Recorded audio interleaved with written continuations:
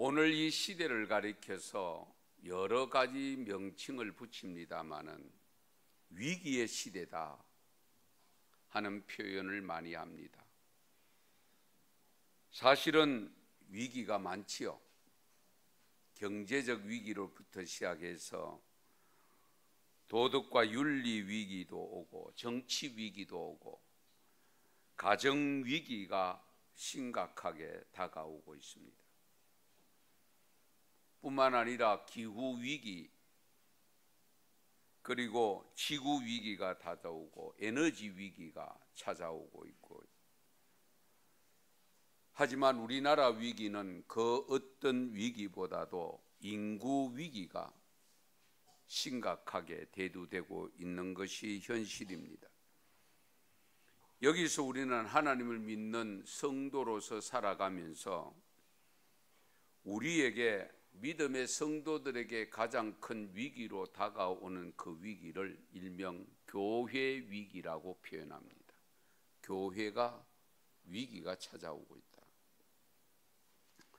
그 위기가 밀려오는 현황이 마침 이번 주간에 우리 교단에서 발행하는 기도 공보에 총회를 앞두고 2023년 교세 통계가 세밀하게 그 어느 해보다도 아주 분석을 세밀하게 해서 보고를 했습니다. 이런 내용, 부정적인 내용은 안 듣는 것이 좋을 수도 있습니다만은 또 한편으로는 우리가 알고 대처할 수 있는 그런 자세를 가지고 기도 제목을 삼아야 되지 않을까 하는 면에서 몇 가지만 간추려서 말씀을 드릴 테니까요, 여러분들이 그 내용을 가지고 기도 제목을 꼭 삼으시기를 바랍니다. 2022년에서 23년 한 해 동안, 2022년 후 2023년 한 해 동안 교인 수가 94,700명이 감소했습니다. 94,700명. 제가 가끔 통계자를 볼 때 2010년에서 285만으로 맥시멈을 찍고 1년에 약 5만 명씩 줄은 것으로 제가 보고를 한 적이 있습니다만 1년에 97,400명이 줄었다는 것은요, 94,700명이 줄었다는 것은 엄청난 일입니다. 그만큼 교회 교인 수가 감소하는 것이 경사도가 극경사로 가고 있다. 100명 교인이 947개가 없어진 겁니다. 이해되십니까? 대구 전체 교회가 초교파적으로 1600개 교회입니다. 그럼 100명 교인이 947개가 없어졌다는 생각을 해보십시오. 거기에 세부적으로 또 조금 참고하시기 바랍니다. 200명 미만이 83.5%입니다. 여기 교인 수는요, 제적입니다.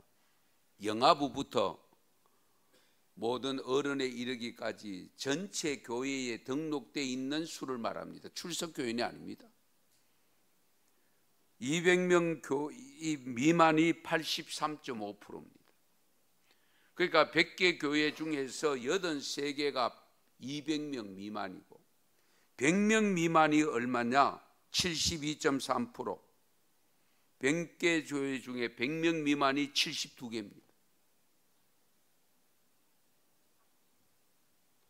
그러면서 100명과 200명 사이, 100에서 200명 사이, 저희 교회가 거기에 속하는데요, 제가 자료를 뽑아 보니까요 1361개입니다. 100명에서 200명 사이가 1361개, 그 사이에 저희 교회가 소속됩니다.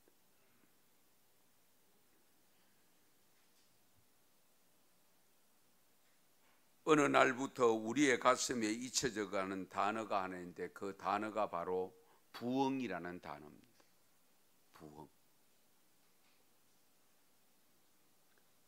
우리는 부흥의 꿈을 가지고 열정적으로 기도하며 나름대로 열심히 전도하면서 신앙생활을 한다고 하지만은 부흥이 안 되고 있는 것이 현실입니다.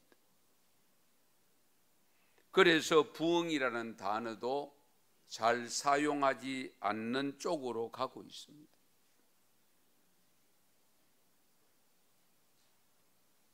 고난과 시련도 부흥의 꿈으로 이겨내었던 한국교회가 이제 고난과 시련을 통해서 찾아오는 이 교인 감소 현상이 발생하고 있는 이때에 부흥이라는 단어도 사용하는 빈도가 많이 약화되었습니다.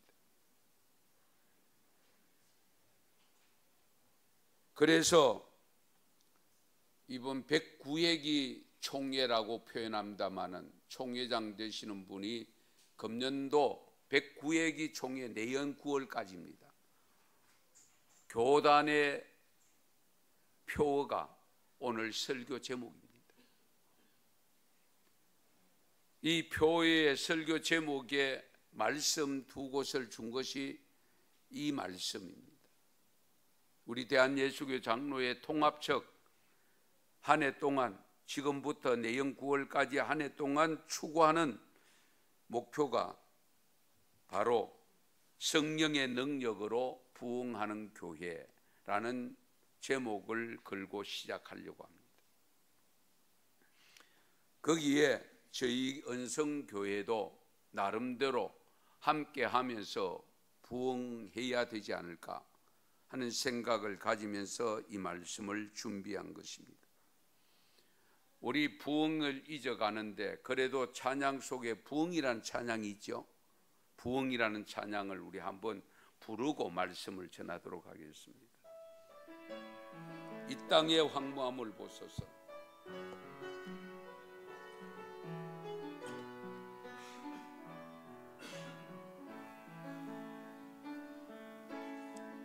이 땅의 황무함을 보소서. 하늘의 하나님 긍휼을 베푸시는 주여, 우리의 죄악 용서하소서. 이 땅 고쳐 주소서.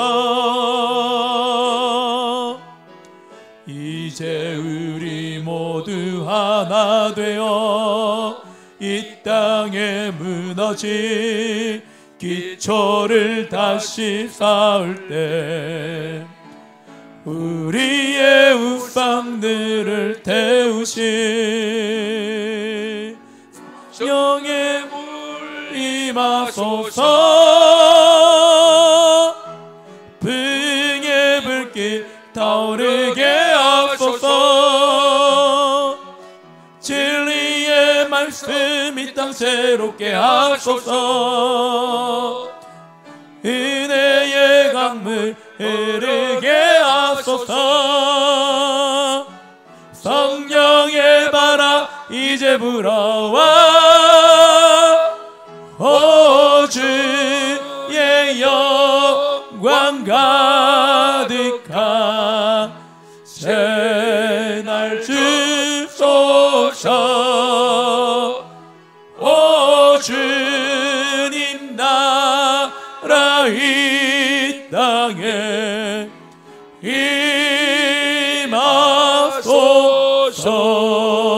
임하소서. 할렐루야.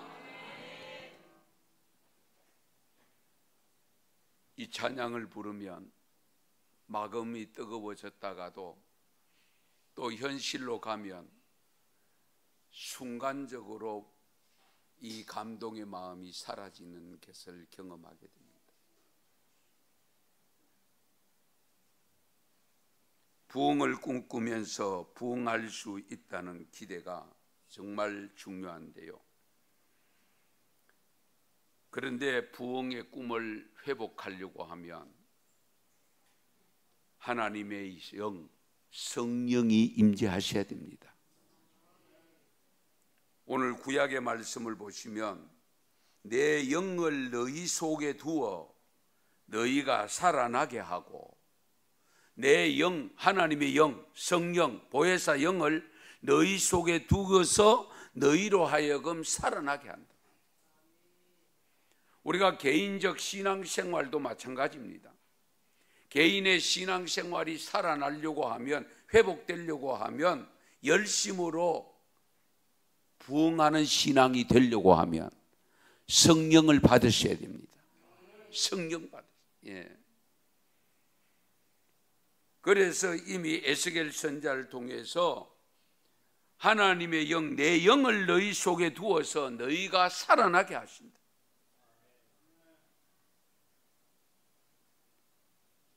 그 살아나게 하신 그 역사를 어디에서 일으켰느냐? 초대교회입니다. 초대교회. 그 초대교회 속에 강하게 역사한 사람이 역시 사도 바울이잖아요.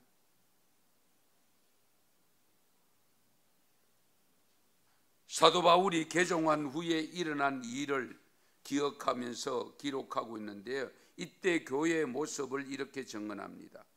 그리하여 유대의 갈릴리와 사마리아 교회가 평안하여 든든히 서가고 그를 경외함과 성령의 위로로 진행하여 수가 더 많아지니라. 수가 더 많아지니라. 이것이 당시 초대교회 모습입니다.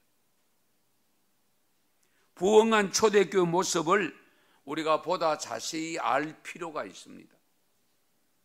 그래야 우리도 부흥하는 교회를 세워나갈 수가 있기 때문입니다. 우리가 오늘 사도행전 9장 31절 말씀에 보면 온 유대와 갈릴리와 사마리아 교회라고 표현했습니다.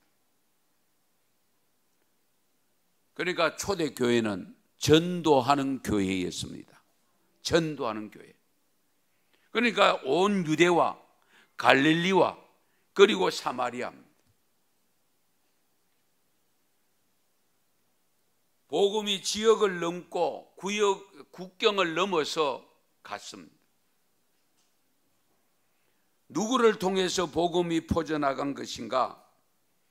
교회를 통해서 복음이 퍼져나갔는데 그 복음이 퍼져나가는 교회가 되기 위해서 성령이 임했다는 사실입니다. 성령이. 예. 우리 복음은 동서남북을 통해서 퍼져나가야 되고 복음은 가두어 놓을 수가 없잖아요. 붙잡고 있을 수가 없잖아요. 내가 잡고 있는 복음을 많은 사람들에게 동서남북을 통해서 전달해야 되고 증거해야 됩니다.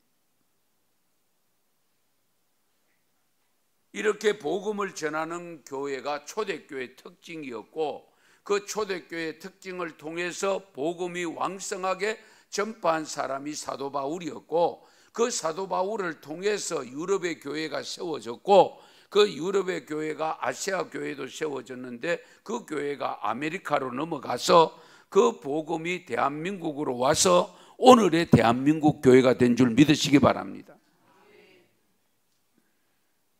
예수님이 오신 목적이 뭡니까? 복음 전하기 위해서 오셨습니다. 교회가 존재하는 이유가 뭡니까? 우리끼리 모여서 잘 먹고 잘 사는 거 아니잖아요. 교회는 예수님의 몸이라고 늘 강조합니다마는 교회를 통해서 복음으로 오신 예수님이 증거되어야 돼요. 우리가 예수를 그리스도로 믿는 이유가 뭡니까?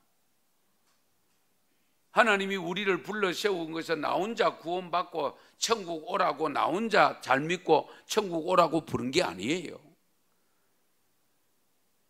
그렇게 부르려고 하면은 순간적으로 부르면 예수님 십자가에 달려 돌아가실 때 한평 강도처럼 부름받으면 되잖아요. 그러나 우리를 일찍이 불러서 10년이고 20년, 30년, 수십 년 동안 우리가 신앙생활을 하게 하신 근본적인 목적이 뭐냐? 복음을 전하게 하기 위함을 믿으시기 바랍니다. 복음을 전하게. 예. 그래서 복음은 지역과 국경을 넘어 계속적으로 퍼져나가야 됩니다.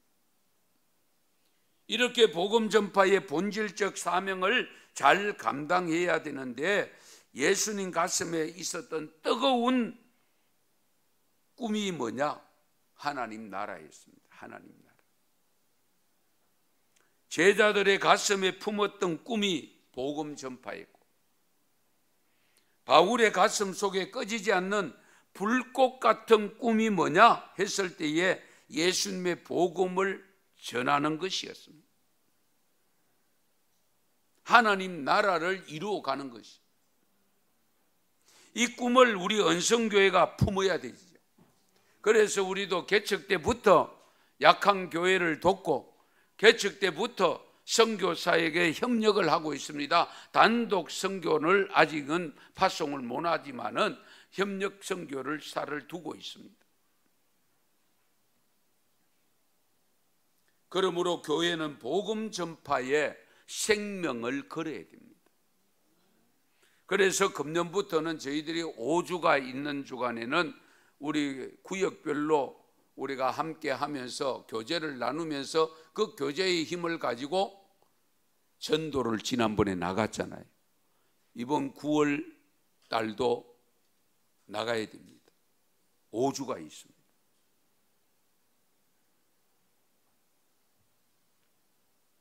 우리나라 최초의 선교사 언더우드와 아펜셀러인데, 언더우드라는 선교사님은 미국 북장로교회에 소속이 되어져서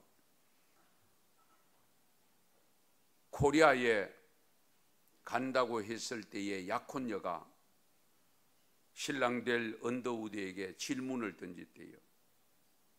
그 나라에 가면 뭐 먹고 살아요? 어디를 가나 누구나 다 먹거리가 걱정이죠. 그 나라에 가면 무엇을 먹고 산? 글쎄, 나는 모르겠는데, 그 나라에 가면 병원이 있어요. 나는 모르겠는데, 아마 이미 결혼해서 출산할 것을 걱정했던 것 같아요. 병원이 있어요. 모르겠는데. 그러니까, 그러면 당신이 조선에 대해서 아는 게 뭡니까? 약혼녀가 그렇게 물었대. 조선에 대해서 아는 게 뭡니까? 내가 알고 있는 것은 그 나라에 가면 복음을 모르는 1000만 명이 있다는 것을 알고 있다. 그 당시에 복음을 모르는 1000만 명이 있다는 걸 알고 있다. 그리고 우리나라에 들어온 그 언더우드 나이가 얼마냐? 26살입니다. 이해되십니까? 26살 된 청년이 1000만 명의 마음에 품고 복음을 전할 대상이 1000만 명을 꿈을 꾸면서 들어와서 복음을 전한 결과가 오늘의 한국 교회가 되었다는 것을 잊어서는 안 됩니다. 아펜셀러도 마찬가지고, 우리나라에 그 당시에 초기에 들어왔던 선교사님들은 대부분이 20대였어요. 지금 우리가 20대에 선교 나가는 분 잘 없잖아요. 예. 지금 젊은 세대가 선교사로 자원하는 것이 지금 줄어들고 없어서 야단입니다. 안타깝게도.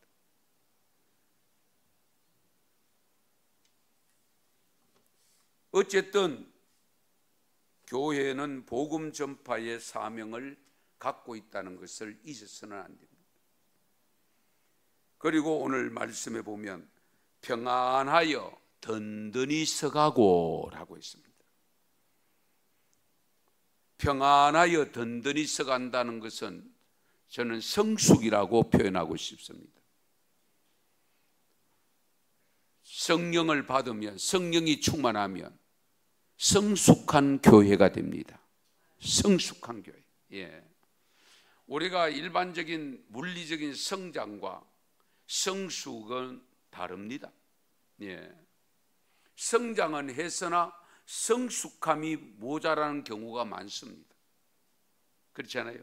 성숙은 질적인 면을 안고 있습니다. 성장이라고 하면은 외형적인 것을 표현할 때가 많습니다.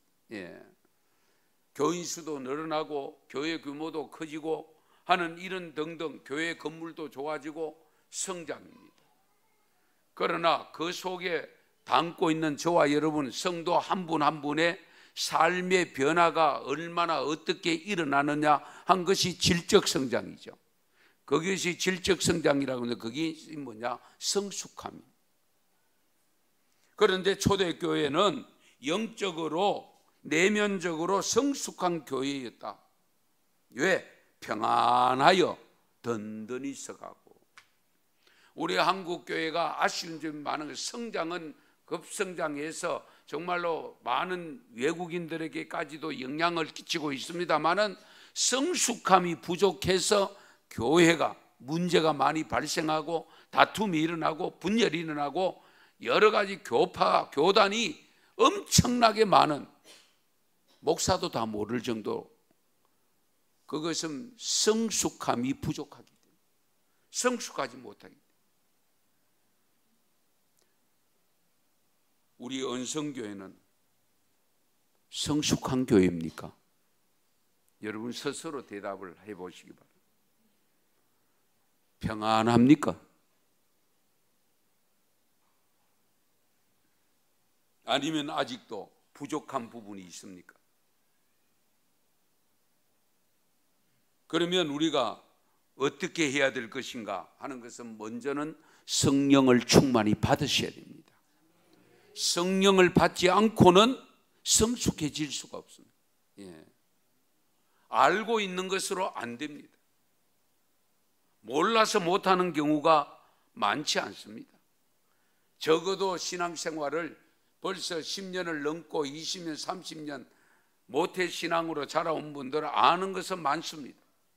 그러나 성숙함이 부족해서 문제를 일으키는 경우들을 얼마든지 볼 수 있습니다.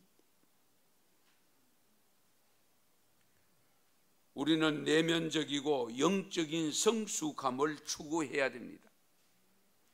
신앙의 본질을 추구해야 됩니다. 우리 기독교 복음의 본질이 뭡니까? 사랑이잖아요. 하나님이 사랑하셔서 독생자를 주셨고, 독생자 예수님은 우리를 사랑하셔서 십자가에 달려 돌아가셨고 부활까지 하시고 우리를 하나님께로 인도하고 계시잖아요. 사랑입니다. 그렇게 평안하여 든든히 서가면 자연스럽게 부흥이 된다는 거예요. 그 다음에 세 번째는 주를 경외함과 주를 경외함. 우리 예수님에 대한 분명한 고백을 하고 있는데, 복음이 퍼져나가면 신앙의 정체성의 위기가 올 수도 있는데요, 교회가 지역을 넘어서면서 그 지역의 문화의 영향을 받게 되면서 생길 수 있는 위험이 뭐냐 하면 고백이 변질될 위험이 있습니다. 그것을 가리켜서 우리가 오늘날 우리 용어로 하면 신앙의 세속화입니다. 신앙의 세속화. 이 복음의 변질이죠. 왜? 세상을 자꾸 따라가려고 하다. 세상이 복음을 따라가도록 해야 되는데, 따라오도록 만들어야 되는데, 우리가 그 성숙한 모습이 제대로 드러나지 않으니까 우리가 자꾸만 이상하게도 세상을 따라가려고 하는 그런 경향이 지금 많이 발생하고 있는 것도 현실입니다. 그런데 초대교회는 주를 경외했다라고. 그래서 우리가 예수 그리스도를 구세주로 믿는 이 신앙 고백이 분명히 해야 됩니다. 왜 예수 믿느냐? 죄사함 받고 구원받기 위해서, 영생 얻기 위해서, 천국 가기 위해서. 이 고백이 분명히 해야 됩니다. 글쎄 나도 모르겠다. 이제 뭐 알려고 하는데 조금 알 것 같긴 한데 좀 더 다녀보고 그렇게 표현하는 분도 저도 만나봤습니다. 예. 물론 믿음이 서서히 오는 믿음도 있습니다. 그래서 순간적으로 믿게 되는 계기가 있을 수 있습니다. 그러나 그 뜸들인다는 표현을 쓰지요. 믿음의 뜸을 오래 들이면 안 돼요. 그렇잖아요. 언제 나가 떨어질지 몰라요. 그래서 다부지게 믿으셔야 돼요. 확실하게 믿으셔야 돼요. 예. 실컷 울고 누가 죽었나 이러면 곤란하지요. 그렇지 않습니까? 예. 어쨌든 여러분을 우리가 경외하여야 될 분 하나님 예수 그리스도이심을 믿으시기 바랍니다. 그 다음에 성령의 위로로 진행하여, 성령이 충만한 교회 있습니다. 초대교회 성령의 위로로 진행하여, 초대교회는 성령의 위로가 함께하는 교회였습니다. 성령께서 주도권을 잡으시고 이끌어가는 교회였다는 겁니다. 사람이 이끌어가는 것이 아니고, 목사가 이끌어가는 것이 아니고 성령님이 이끌어가도록 해야 됩니다. 거기에 우리 모두는 뭡니까? 목사부터 시작해 모든 성도, 어린아이 한 사람까지도 우리는 지체들로서 그 성령께서 이끌어 가시는데 도구로 쓰임받는 삶을 살고 있는 것이 신앙생활입니다. 이 점을 우리가 분명히 해야 됩니다. 그래서 우리가 주님의 명령에 전적으로 순종하는 삶을 살아야 되는데, 순종해야 된다 그걸 알아요.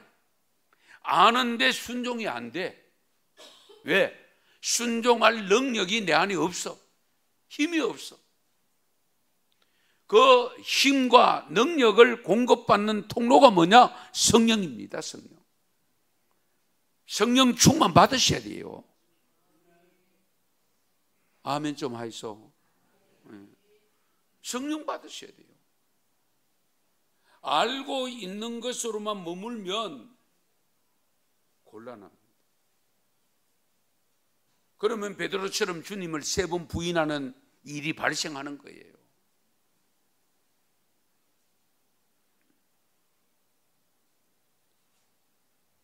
성령이 충만해서 교회의 예배와 봉사를 철저하게 마음을 바쳐서 최선을 다해야 됩니다. 그렇게 할 때의 결과가 뭐냐 했을 때에 오늘 본문 말씀에 수가 더 적어졌다? 많아졌다. 수가 많아질 때 우리는 부흥했다라고 표현합니다. 백구획이 우리 총회 주제를 성령의 능력으로 부흥하는 교회로 정하고 출발하려고 지금 출발하는데요. 우리 교단뿐만 아니라 한국 교회가 다시 한번 성령의 능력으로 부흥하는 역사를 일으켜야 됩니다. 예. 그러기 위해서 우리가 해야 될 일이 무엇일까? 오늘 이 총회 주제의 두 말씀 속에서는 성령의 능력을 받아야 된다는 것과 받으면 분명히 부흥한다는 것으로만 되어 있는데, 성령을 어떻게 하면 받을 수 있는가? 그 내용은 없습니다.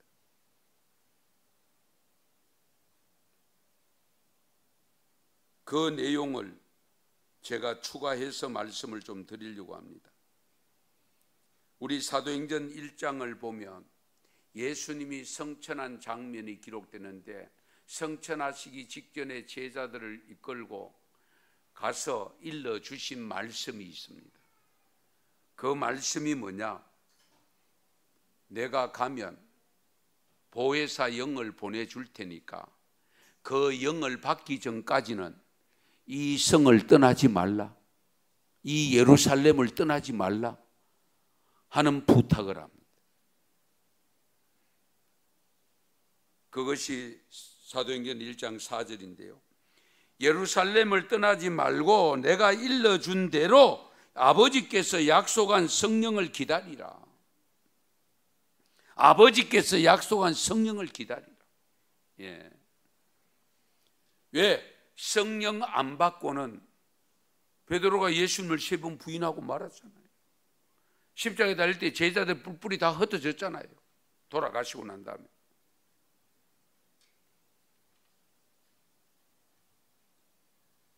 그래서 사실은 부활한 모습을 이제 보고 예수님이 하신 말씀을 듣고 예수님이 성천하신 후에 제자들이 예루살렘으로 내려옵니다. 그 예루살렘으로 내려와서 여자들과 예수님의 어머니 마리아와 예수님의 동생들과 더불어 마음을 같이하여 오로지 기도하니라. 할렐루야. 오로지 기도했다. 14절 말씀. 이들이 기도하면서 한 가지 큰 일을 한 것이 있는데 그것이 뭐냐? 가룟 유다의 빈자리를 채웠습니다. 마띠아 잘 아시죠? 빈자리를 채웠습니다. 그것도 대단히 그냥 없는 대로 없는 대로 가면 되잖아요. 그런데 그 빈자리를 채웠다는 사실. 그래서 마가 다락방에 모인 성도들이 120명. 그분들이 매일같이 모여서 기도했습니다. 하나님이 약속하시고 예수님이 약속한 성령을 받기를 사모하면서 한 곳에 모여 기도했다는 것, 이 점을 항상 생각하셔야 됩니다. 물론 나 혼자 기도하다가도 성령 받을 수 있습니다. 그러나 함께 모여 기도하는 곳에 하나님이 더 크게 역사하심을 믿으시기 바랍니다. 우선은 우리가 성령 받아야 되는데요, 예수님이 약속한 성령 받는 것이 가장 먼저입니다. 우선적입니다. 그러기 위해서 모여 기도해야 된다는 것, 성령 충만한 믿음으로 살고 그 믿음을 가지고 살아갈 때에 질적 성장을 가져오고 그 질적 성장의 모습이 나타날 때에 많은 사람들을 전도를 쉽게 하게 된다는 거예요. 그러면 적어도 여러분 여기에 예배 드리는 저와 여러분은 성령 체험을 다 하신 분들임을 믿습니다. 그런데 문제는 그때 성령 한번 받았던 그 성령 충만을 계속 유지하고 있느냐, 스스로 질문을 던져보십시오. 아니면 그때 받았던 성령의 역사가 내 속에서 왠지 떠나가고 좀 떠나가고 많이 약화된 모습이다 라고 생각하는 분은 없는지요? 그것은 여러분들이 스스로 체크가 가능합니다. 그래서 에베소서 5장 18절 말씀 여러분 잘 아시는 대로 술 취하지 말고 성령 충만 받으라. 술 취하지 말고 성령 충만 받으라. 그러니까 내 성령 충만을 받았다고 해서 한 번 받았다고 해서 끝나는 게 아니에요. 한 번 받은 성령을 언젠가 소멸시키기 위해 제약된 세상 속에 살고 있기 때문에 언제든지 그것을 허비하고 그것이 소멸될 수 있습니다. 그러므로 성령 충만을 위해서 수시로 내가 성령 충만한가를 늘 확인했어요. 예. 그러면 성령이 언제 임하실지 모르는데 우리가 성령 받기 위해서 어떻게 해야 될 것인가? 우선은 금요 기도에 빠짐없이 참석하세요. 금요 기도에 실컷 열심히 참여했는데 내가 어느 날 갑자기 빠질 일이 빠졌는데 그날 성령이 임하는 경우가 있어요. 예. 실컷 은혜 나름대로 은혜를 실컷 받으려고 나름대로 최선을 다해서 하는데 정말 은혜 받는 그 기회, 그 모임에, 그 기도회에, 그 예배에 빠져버리는 경우가 있어요. 그래서 언제 임하실지 모르잖아요. 그러므로 빠짐없이 참석하는 것이 중요합니다. 빠짐없이 참석. 예. 물론 빠졌다가도 결정적 순간에 참여하는 경우가 있을 수 있어요. 그렇죠? 예, 지금까지 내가 성령 체험을 못했는데, 아이고 이번에도 뭐 한번 가보기나 가보자. 그러면서 부흥에 참석했는데 성령을 받는 경우가 있다니까요. 예. 그러므로 우리가 그 때와 그 기회를 우리가 잘 포착하지 못하기 때문에 할 수만 있으면 기회가 주어졌을 때 그 기회를 놓치지 않고 다른 핑계 대지 아니하고 항상 참여하면 언제 어느 때인지 모르지만은 성령 받는 역사가 있음을 믿으시기 바랍니다. 성령 충만. 사도행전 2장에 보면 베드로가 마가다락방에서 성령 받고 설교를 합니다.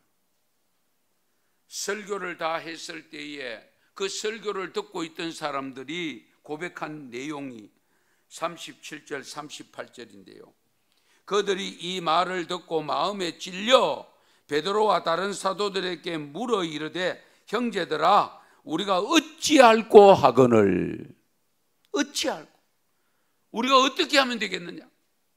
그때에 베드로가 다시 말합니다. 38절에 베드로가 이르되 너희가 회개하여 각각 예수 그리스도의 이름으로 세례를 받고 죄사함을 받으라. 그리하면 무엇을 받아요? 성령을 선물로 받으리라. 성령을 선물로 받으라. 헌금 많이 한다고 주는 거 아닙니다.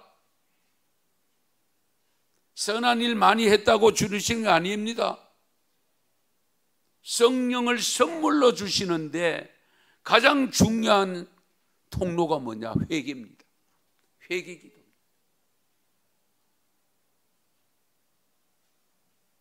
그러면 내가 성령을 받았다고 할 때에 성령을 받은 증거가 뭐냐? 성령이 임하면 반드시 은사가 임합니다. 그 은사가 임할 때에 절대 다수의 많은 분들이 받는 은사가 기도의 은사, 방언의 은사입니다.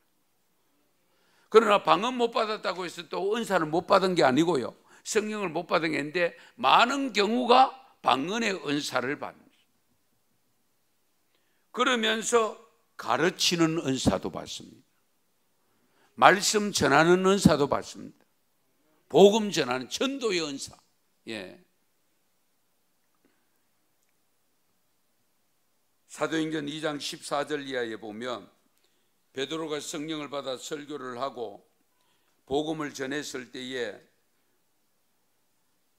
그 복음 전한 내용 속에 사도행전 2장 17절에서 21절 말씀인데요, 이 내용이 요엘서 2장 28절에서 32절에 요엘 선지자를 통해 주신 말씀입니다. 그 말씀 내용이 어떠냐? 우리 같이 한번 읽도록 하겠습니다. 같이 읽습니다. 그 후에 내가 내 영을 만민에게 부어주리니 너희 자녀들이 장래 일을 말할 것이며 너희 늙은이는 꿈을 꾸며 너희 젊은이는 이상을 볼 것이며 그때에 내가 또 내 영을 남종과 여종에게 부어줄 것이며 내가 이적을 하늘과 땅에 베풀리니 곧 피와 불과 연기 기둥이라. 여호와가 크고 두려운 날이 이르기 전에 해가 어두워지고 달이 핏빛같이 변하려니와 누구든지 여호와의 이름을 부르는 자는 구원을 얻으리니 이는 나 여호와의 말대로 시온산과 예루살렘에서 피할 자가 있을 것이며 남은 자 중에 나 여호와의 부름을 받을 자가 있을 것임이니라. 아멘. 성령 충만 받은 사람들은요, 말씀을 통해서 깨닫게 됩니다. 은혜를 받습니다. 그리고 회개하게 됩니다. 회개하면 성령이 보다 더 강하게 역사합니다. 어떤 역사가 나타나느냐? 그 역사가 바로 사도행전 2장 42절에서 47절 말씀입니다. 같이 읽습니다. 그들이 사도의 가르침을 받아 서로 교제하고 떡을 떼며 오로지 기도하기를 힘쓰니라. 사람마다 두려워하는데 사도들로 말미암아 기사와 표적이 많이 나타나니 믿는 사람이 다 함께 있어 모든 물건을 서로 통용하고 또 재산과 소유를 팔아 각 사람의 필요를 따라 나눠주며 날마다 마음을 같이하여 성전에 모이기를 힘쓰고 집에서 떡을 떼며 기쁨과 순전한 마음으로 음식을 먹고 하나님을 찬미하며 또 온 백성에게 칭송을 받으니 주께서 구원받는 사람을 날마다 더하게 하시니라. 아멘. 날마다 주께서 구원받는 사람을 더하게 하시는 것이 부흥 아닙니까?